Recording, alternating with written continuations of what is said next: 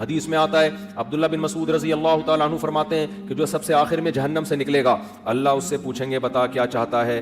وہ کہے گا اے اللہ یہ جو جنت کی ہوائیں آ رہی ہیں بس اس کے قریب تھوڑا سا مجھے لے جا، مجھے تیرے جلال کی قسم اس کے علاوہ تجھ سے میں کچھ بھی نہیں مانگوں گا۔ اللہ کہیں گے وعدہ کر، حدیث کا مفہوم اپنے الفاظ میں پیش کر رہا ہوں کہ مزید کچھ نہیں مانگنا، کہے گا کچھ بھی نہیں مانگوں گا۔ اس کو اتنی حسین جنت نظر آئے گی نا، وہ کہے گا بس اس کے قریب بھی پہنچ جائے نا وہ بہت ہے میرے لیے۔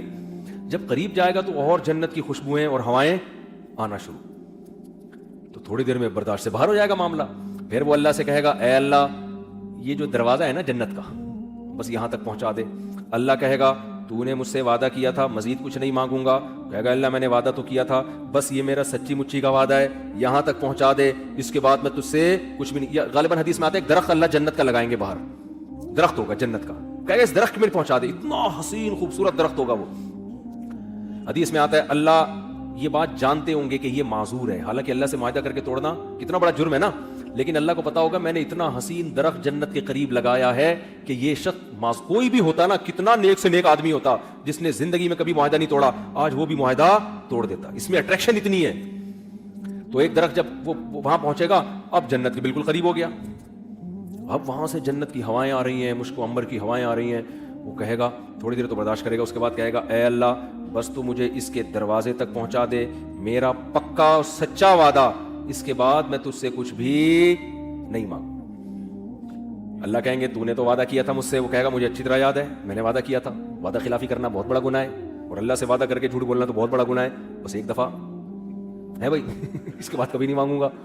حدیث میں آتا ہے اللہ جانتے ہوں گے کہ یہ معذور ہے، کوئی بھی اس کی جگہ ہوتا تو جنت میں اٹریکشن اتنی ہے، دروازے پہ پہنچ جائے گا، اب تو اور قریب ہو گیا نا، تو وہ کہے گا اے اللہ اندر داخل کر دے، پکا وعدہ، اس کے بعد میں تجھ سے کچھ بھی بولو نہیں مانگوں گا۔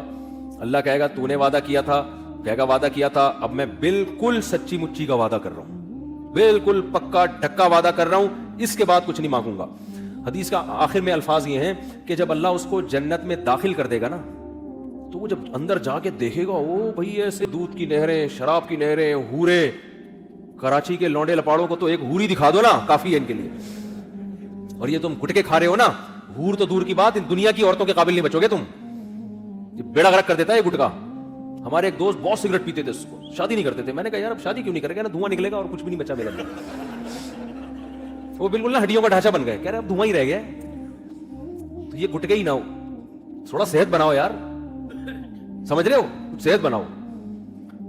تو اس گٹکے کے ساتھ ہور ملے گی بھی کیسے تمہیں، ہور خود کو انکار کر دے گی اللہ اس کے نیک عمل کی وجہ سے میں اس کو مل رہی ہوں، میں نے کون سا گناہ کیا تھا تو مجھے اس کے حوالے کر رہا ہے، کیا خیال ہے؟ تو پہلے گٹکے والوں کو تیزاب سے کلیاں کروائی جائیں گی، اور تیزاب جنت میں نہیں ہوگا، تیزاب کے لیے جہنم میں نہ جانا پڑے کہیں خدا نخواستہ۔ تو چھوڑ دو، یہ منہ کے کینسر سے کتنے لوگ میں نے مرتے ہوئے اپنی آنکھوں سے دیکھے ہیں جوانی میں۔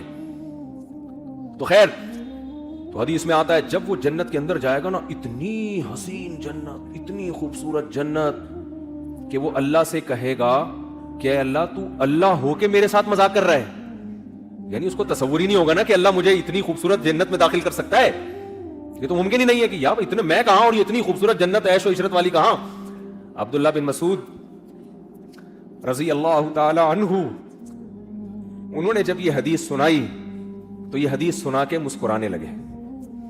صحابہ کیسے نبی سے محبت کرتے تھے یار، یعنی نبی صلی اللہ علیہ وسلم نے حدیثیں سناتے وقت جو انداز تھا نا، صحابہ کوشش کرتے تھے پیغمبر کا قول سناتے ہوئے ہمارا انداز بھی وہی ہو جائے۔ تو عبداللہ بن مسعود یہ حدیث سنا کر مسکرائے اور اپنے شاگردوں سے پوچھا، پوچھتے نہیں ہو کہ میں مسکرا کیوں رہا ہوں؟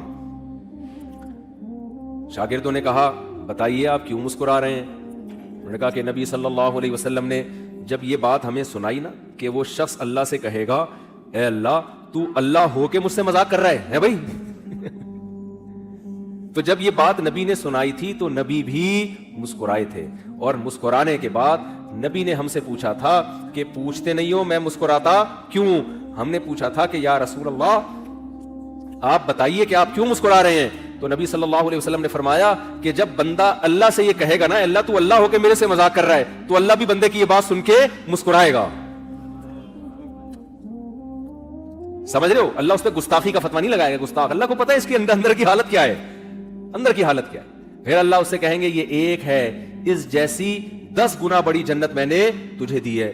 تو بھائی وہ اللہ ہے, وہ انسان نہیں ہے, اس کے خزانے بھی بہت اور اس کے دونوں ہاتھ بھی کھلے ہوئے ہیں. تو اللہ کہتا ہے قل اُنَبِّئُكُم بِخَيْرٍ مِّن ذَلِكُم, جن دنیا کی نعمتوں کے پیچھے تم بھاگ رہے ہو نا, اس سے بڑی نعمتیں ہم تمہیں بتاتے ہیں. وہ کیا ہے؟ وہ جنت میں ہے. اب آخری بات کر کے بس میں بیان ختم کرتا ہوں کہ کیا ٹھیک ہے اس جنت کے مقابلے میں تو اس دنیا کی 2 ٹکے کی ویلیو نہیں ہے, تو کیا کریں؟ چھوڑ دیں؟ ہے بھائی, آخری سوال یہاں آتا ہے نا, کیا کریں بھائی؟ رکشے کو بھی جلا دیں, دال چاول کھائیں, بریانیاں چھوڑ دیں, نہاری میں نیمبو نچوڑنا چھوڑ دیں, کیا کریں بھائی؟ پھر سوال پیدا ہوتا ہے نا. اور باتیں تو 4 شادیوں کی کر رہے ہو, ایک بیوی پہ بھی وفا نہیں ہوتی, تو کیا کرے؟ سوال پیدا ہوتا ہے کہ نہیں ہوتا؟ تو بھائی دنیا رکھنے سے اللہ نے منع نہیں کیا, 2 کام کرو. ایک, حرام کی طرف مت جاؤ. سمجھ میں آ رہی ہے بات؟ کس کی طرف مت جاؤ؟ کیونکہ اللہ کیا کہتے ہیں کہ جو جب دنیا اور آخرت کا مقابلہ ہوگا نا, تو اس میں جس نے دنیا کو ترجیح دے دی وہ تباہ و برباد ہو گیا. مقابلہ کیسے ہوتا ہے؟ مثال سے بات سمجھاتا ہوں. فرض کرو آپ کی 2 بیویاں ہیں, آپ دونوں سے وعدہ کرتے ہو مجھے تم سے, یہی کہنا پڑتا ہے انسان کو, مجھے تم سے بہت زیادہ محبت. ادھر جاتے ہو اس کے گھر میں, مجھے تم سے بہت زیادہ محبت. دونوں نے ایک دن امتحان کی ٹھان لی کہ یار یہ دونوں سے بڑی بڑی محبت کی دعوت کرتا ہے, آج ہم دونوں نے اس کی دعوت کرنی ہے, دیکھتے ہیں کس کی دعوت میں آتا ہے. تو جمعے والے دن ایک نے کہا ٹھیک دوپہر 12 بجے آپ نے میرے یہاں کھانا کھانا ہے, نہیں کھایا تو میں ہمیشہ کے لیے ناراض ہو جاؤں گی. دوسری نے کہا کہ آج جمعہ ہے, 12 بجے آپ نے میرے یہاں کھانا کھانا ہے, اگر آپ نے نہیں کھایا تو میں ہمیشہ کے لیے آپ سے ناراض. آپ ٹینشن میں آؤ کیونکہ محبت تو آپ کو دونوں سے. آپ کہو گے بھائی بیگم تم ایسا کرو جمعے کو ڈنر رکھ لو. اب دونوں نے پہلے سے نا طے کیا ہوا ہے کہ اس کو دیکھنا ہے کہ ہم دونوں کو الو بنا رہا ہے, تو پتہ چلے کہ اس کو مقابلہ ہوگا تو پتہ چلے گا نا. بڑی کوشش کی, انہوں نے کہا نہیں بھائی 12 بجے ہی. اب آپ جس کو ناراض کر کے جس کو ترجیح دو گے, اٹ مینس اس کا مطلب ہے آپ کے دل میں اس سے محبت اس کی نسبت تھوڑی سی زیادہ ہے. کیا خیال ہے بھائی؟ جب 2 آپشن آئیں گے تو کیا ہوگا؟ تو بھائی ایک طرف دنیا ہے وہ بھی ہمیں اچھی لگتی ہے, ایک طرف جنت ہے وہ بھی ہمیں اچھی لگتی ہے. تو اب بعض چیزیں ایسی ہیں کہ دنیا کی اس نعمت کو حاصل کرو گے, جنت آپ سے روٹھتی نہیں ہے, تو کھاؤ وہ دنیا. صبح آپ کے پاس اگر پیسے ہیں 2 کے بجائے 4 پراٹھے کھا لو, تو اس سے اللہ ناراض ہوتا ہے؟ ابے کسی کے پراٹھوں سے اللہ ناراض ہوگا؟ نہاری مغز کھانے سے اللہ ناراض ہوگا؟ اللہ کہتے کھاؤ بھائی. قل ہی للذین آمنوا فی الحیات الدنیا, اصل میں تو میں نے مسلمانوں کے لیے پیدا کیے ہیں یہ. کافر تو اللہ کا نافرمان ہے, وہ بھی فائدہ اٹھائے, یہ تو آزمائش ہے اللہ کی, یہ تو نعمت ہے, کھاؤ بھائی. اے اللہ یہ سواریاں ہم لینڈ کروزر, اللہ کہتے ہیں بھائی اگر تیرے پاس پیسے ہیں تو لینڈ کروزر سے بھی اوپر کی چیز میں گھوم لے. کیوں؟ والخیل والبغال والحمیر لترکبوها وزینہ, ان سواریوں میں تمہارے لیے سواری بھی ہے اور زینت بھی ہے. یہ تو خود قرآن بیان کرتا ہے. جب گاڑی میں جائے گا تو زینت ہوگی کہ نہیں ہوگی؟ ہاں تکبر نہیں کرنا, دوسرے کو گھٹیا اور حقیر مت سمجھنا, یہ تو زینت ہے. صحابی نے آئے عرض کیا یا رسول اللہ میں چاہتا ہوں میرا لباس اچھا ہو, میرے جوتے اچھے ہوں, اچھا لگوں میں. نبی نے فرمایا تھا نا کہ جس کے دل میں ذرا سا تکبر ہوا اللہ اس کو جہنم کی آگ میں ڈالے گا. صحابی نے عرض کیا یا رسول اللہ میں تو چاہتا ہوں میرے کپڑے اچھے ہوں, میرے جوتے اچھے ہوں, تو کیا مجھے بھی جہنم میں ڈالیں گے اللہ؟ آپ نے فرمایا نہیں نہیں, اللہ جمیل یحب الجمال, اللہ خود بھی جمیل ہے, جمال اور خوبصورتی کو پسند کرتا ہے. تکبر یہ ہے کہ دوسرے کو حقیر سمجھو اور حق بات کا انکار کر دو, اپنے آپ کو بڑا سمجھنے کی وجہ سے. کوئی چھوٹا آپ کو بات سمجھا رہا ہے, بیوی سمجھا رہی ہے, کہہ رہا تو کون ہوتی مجھے سمجھانے والی, حالانکہ وہ بات صحیح کہہ رہی ہے وہ, تو یہ تکبر ہے کہ نہیں ہے؟ کوئی رکشے والا آپ کو کہتا ہے کہ بھائی آپ لینڈ کروزر میں آ رہے ہو, دیکھو یہ آپ غلط اوورٹیک کر رہے ہو, آپ ایسے تکبر سے, ابے تیری اوقات کیا ہے, تو رکشہ چلا رہا ہے, تو ہمارے سمجھا رہا ہے. یہ کیا ہے؟ تکبر. آپ نے غریب کو حقیر سمجھنا شروع کر دیا, یہ حرام ہے. پیسہ رکھنا حرام نہیں ہے, کھاؤ بھائی. یہ تو جو نہیں کھا رہے وہ بیوقوف ہیں, نہ ادھر ملے گا نہ ادھر ملے گا ان کو, اس خوشی میں رہیں گے نا.